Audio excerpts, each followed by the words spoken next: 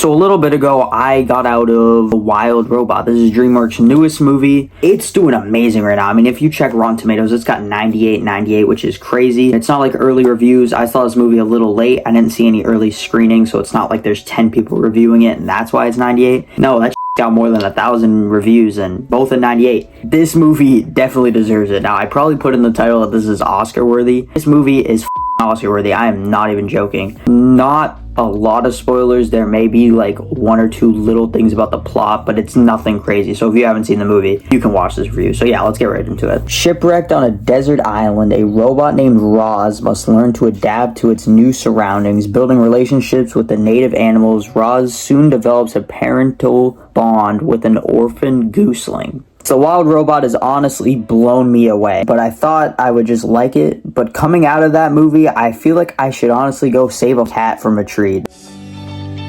This movie looks absolutely amazing. The story is absolutely amazing, and I love all of the characters and the overall like message of the movie. So talking about the characters, obviously Ross, the main robot that helps the animals, I really like as her character grows well. There's also the character of Finnick, I think his name is, that is like a fox. I enjoy him a lot, and he's probably my favorite character in the movie. And I also just figured out he's played by Pedro Pascal, which does not even sound like him in the movie, but honestly, I think he did a great job because I didn't even know it was Pedro Pascal, so yeah. And then there's Brightbeak, which is the baby goose's name that Ross takes care of. I think that's cool. I genuinely like the part where like it's like Finnick and Ross, like, and they're all friends, teaching the bird or whatever. And all the animals honestly get time to shine. There's some cool fight scenes with like a bear. An overall message of the movie with all these animals like coming together, even though they all hate each other. Really good. They absolutely cooked with this. Whoever wrote this movie, they cooked. Also, this movie is funny as shit.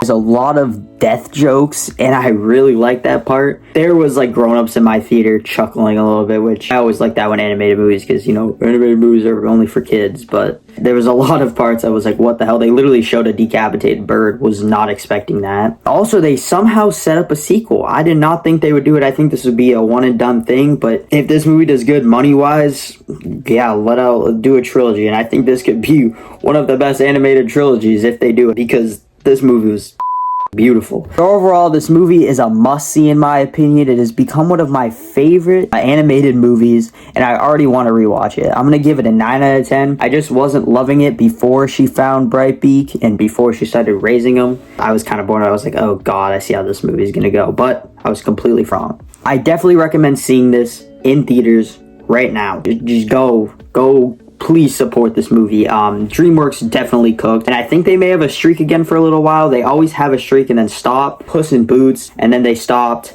and then now we have this, and the next is Dogman. Wild Robot, 100% Oscar. I'm honestly really excited to see the future of animation. You know, Transformers 1 was amazing. Dogman's coming out.